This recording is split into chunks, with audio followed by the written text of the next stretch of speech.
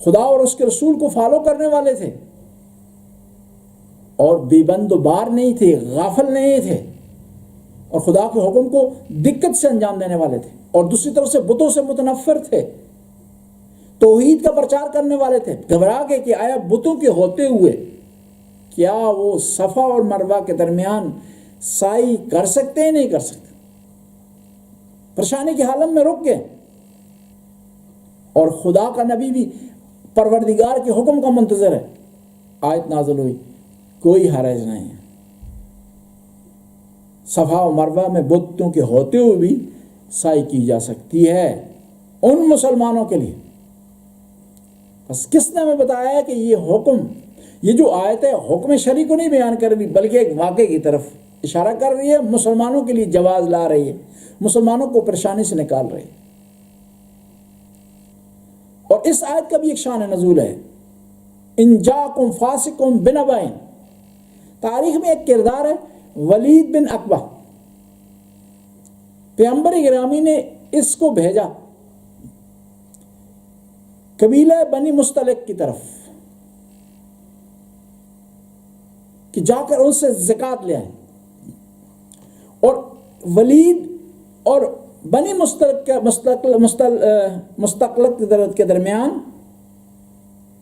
کے درمیان پرانی دشمنی تھی جاہلیت کے زمانے کی، اور وہ لوگ انہیں جب سنا کہ نبی کا نمائندہ آیا ہے، رسول اللہ کا نمائندہ آیا، وہ استقبال کے لیے باہر آئے، استقبال کے لیے آئے تو اس نے سمجھا کہ اس پر حملہ کرنے کے لیے آ رہے ہیں، فوراً پلٹا، مدینے میں آیا، پیغمبر کی خدمت میں عرض کیا آپ نے مجھے زکوٰۃ اکٹھی کرنے کے لیے بھیجا، تو اس قبیلے نے مجھ پر حملہ کیا ہے۔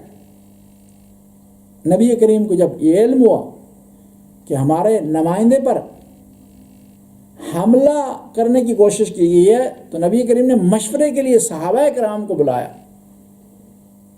تاکہ اس کی چارہ جوئی کی جائے، ان کی اس نافرمانی کا جواب دیا جائے، اس سرپیچی جو انہوں نے سرپیچی کی ہے اس کا حل ڈھونڈا جائے۔ تو آئے قرآن نازل ہوگی، یا ایھا الذین آمنوا، اے ایمان والو، ان جاکم فاسقن بنبأ، کہ جب ایک فاسق آدمی کوئی خبر لے کر آئے تمہارے پاس، فتبینوا، اس کی جانچ پڑتال کرو۔ اور یہ ولید تاریخ میں ایک برا کردار ہے۔ امام حسین علیہ السلام کے سامنے آیا، امام سے اس نے بحث شروع کر دی، برا بلا کہا، تو امام نے جواب دیا، کہا کہ تو ہے جو تیری شان میں یہ سورہ حجرات کی آیت نازل ہوئی ہے، اور قرآن نے تجھے فاسق کہا ہے، اور میں اس کا بیٹا ہوں جس کو قرآن نے مومن کہا ہے، اور مومن اور فاسق برابر نہیں ہو سکتے۔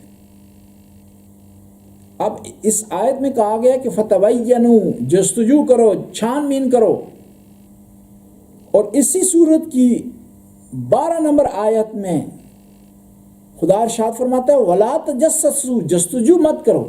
آئے دونوں متناقض نہیں ہے، تضاد نہیں پایا جاتا، اور قرآن میں تضاد ہے نہیں؟ جواب یہ کہ دونوں کے مواقع مختلف ہیں۔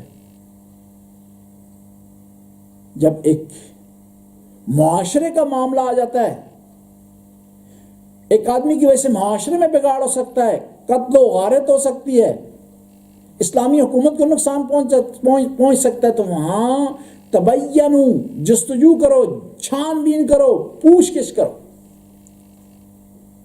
لیکن یہاں پر شخصی معاملہ ہے، پرسنل میٹر ہے، وہاں کوئی حرج نہیں، وہاں حرج ہے جستجو کرنے میں، وہاں جستجو نہیں ہونی چاہیے۔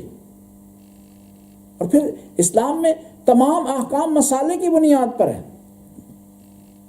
بعض چیزیں جو حرام کی گئی ہیں اس چیز کو حرام اس لیے کیا گیا کہ اس میں نقصان پایا جاتا ہے، لیکن وہی نقصان اگر فائدے میں تبدیل ہو جائے تو حکم تبدیل ہو جائے گا۔ بعض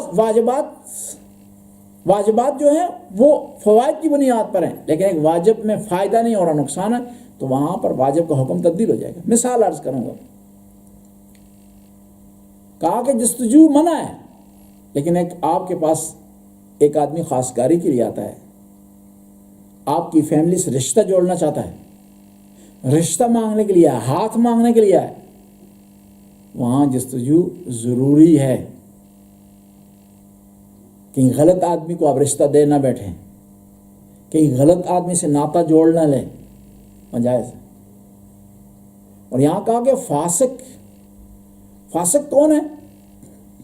فسق کا معنی یہ حق سے دوری،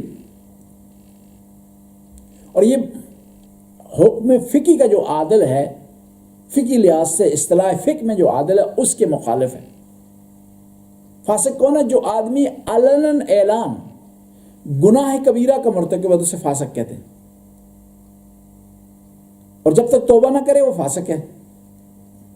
اس کی گواہی قبول نہیں ہے، اس کے پیچھے نماز نہیں پڑھی جا سکتی، اس کو شریعت میں اعتبار نہیں ہے، اور بعض شرعی احکام میں اس کو ریجیکٹ کر دیا جائے گا فاسق آدمی کو. اور فسق کے مختلف معانی قرآن نے بیان کیے ہیں. قرآن نے ایک دفعہ منعرف ہونے کو فاسق کہا ہے. فرعون کے بارے میں انہم کانوا قوما فاسقین، اور منافق کو بھی قرآن نے فاسق کہا ہے، ان المنافقین هم الفاسقون. اور قرآن میں جو لوگ خدا کے حکم کے مطابق فیصلہ نہیں کرتے ان کو بھی فاسق کہا. من لم يحکم بما انزل اللہ فاولئک هم الفاسقون، کہ جو لوگ خدا کے حکم کے مطابق فیصلہ نہیں کرتے وہ فاسق ہے. یہاں پر اس آیت میں کہا گیا ہے کہ آپ اندھا دھند کچھ چیزوں کو فالو نہ کریں. اندھا دھند تقلید بغیر سوچے سمجھے.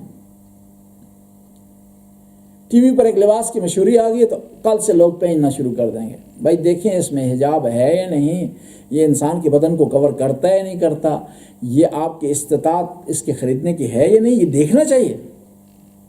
اور بعض رسومات، اندھا دھند رسومات اتنی راسخ ہو گئی ہے کہ شریعت کا حصہ بن گئی.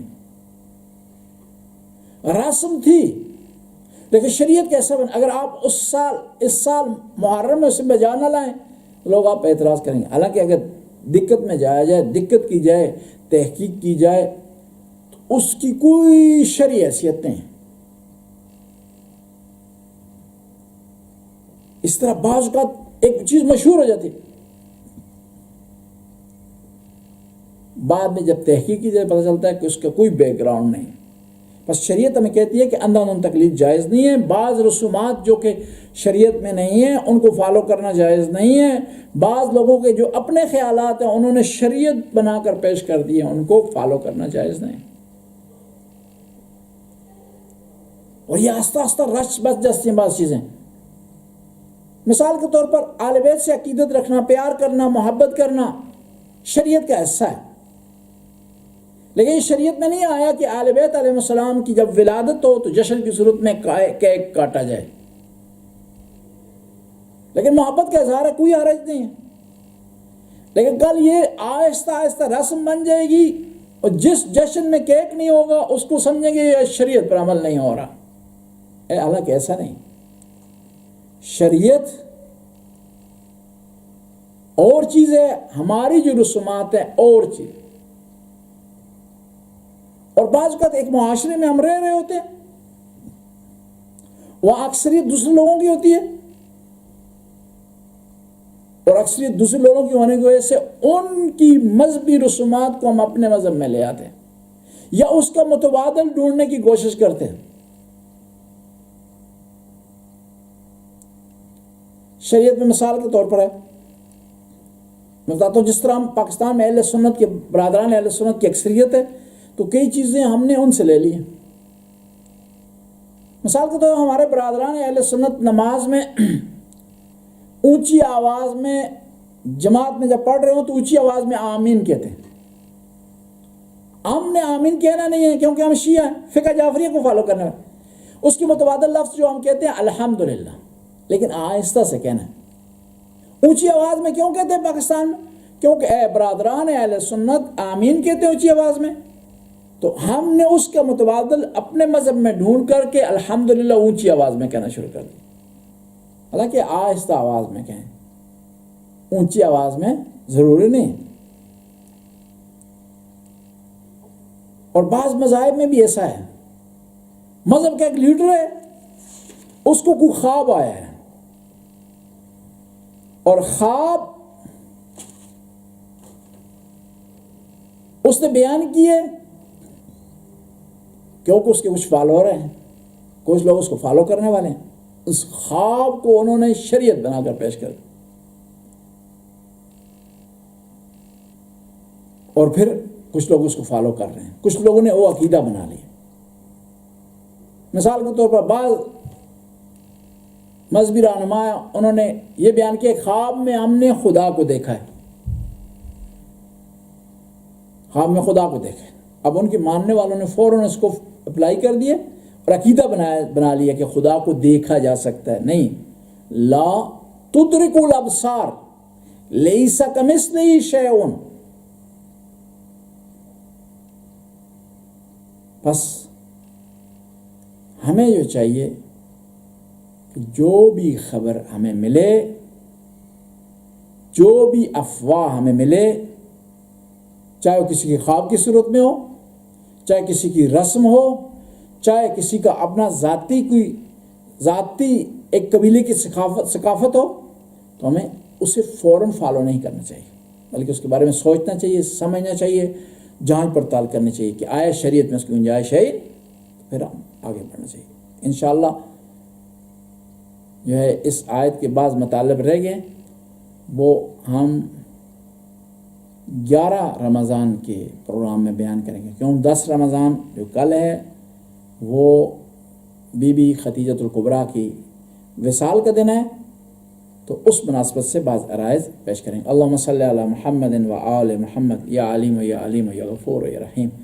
یا اللہ آج کے بانی مجلس بابر بخاری صاحب کی توفیقات میں اضافہ فرما، رزق میں وسعت عطا فرما، اولاد کو نیک اور صالح بنا، مرحومین کی مغفرت فرما، ان کے والد گرامی کو صحت کاملہ و عائلہ عطا فرما، یا اللہ ان کی والدہ کو بھی صحت کاملہ و عائلہ عطا فرما، یا اللہ تو غفور رحم کرنے والا، کرم کرنے والا۔ جو لوگ اس پروگرام کو سن رہے ہیں، فالو کر رہے ہیں، ان کی توفیقات میں اضافہ فرما، ان کے رزق میں وسعت عطا فرما، ان کی اولاد کو نیک اور صالح بنا، یا اللہ ان کو ہر قسم کی پریشانیوں سے، ہر قسم کی مشکلات سے دور فرما، یا اللہ تو غفور رحم۔ زمانے کے امام کے ظہور میں تعجیل فرما، ہمیں امام کے انصار میں سے ہمارا شمار فرما۔ یا اللہ ہم نے دن کو روزہ رکھا ہے، یا اللہ ہمارے روزے کو قبول فرما۔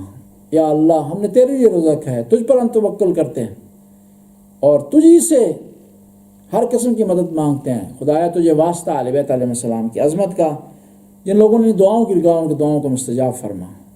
یا اللہ تو غفور رحیم ہے۔ اس وقت دنیا کورونا کی بیماری میں مبتلا ہے، یا اللہ جو مبتلا ہو گئے شفا کاملہ وعائلہ جو چل بسے ہیں قبروں کو منور فرما، جو محفوظ ہیں انہیں اپنے حفظ امان میں رکھ۔ ربنا آتنا فی الدنیا حسنہ وفی الآخرۃ حسنہ وقنا عذاب النار۔ آخر میں بابر بخاری صاحب اور جو بھی سن رہے ہیں اس پروگرام کو، ان کی مرحومین کے لیے سورہ فاتحہ کی تلاوت فرما۔ بسم اللہ الرحمن الرحیم، الحمد للہ رب العالمین الرحمن الرحیم مالک یوم الدین، ایاک نعبد و ایاک نستعین، اہدنا الصراط المستقیم صراط الذین انعمت علیہم غیر المغضوب علیہم ولا الضالین۔ بسم اللہ الرحمن الرحیم، قل هو اللہ احد اللہ الصمد لم یلد ولم یولد ولم یکن له کفوا احد۔ صلی اللہ علیہ وسلم۔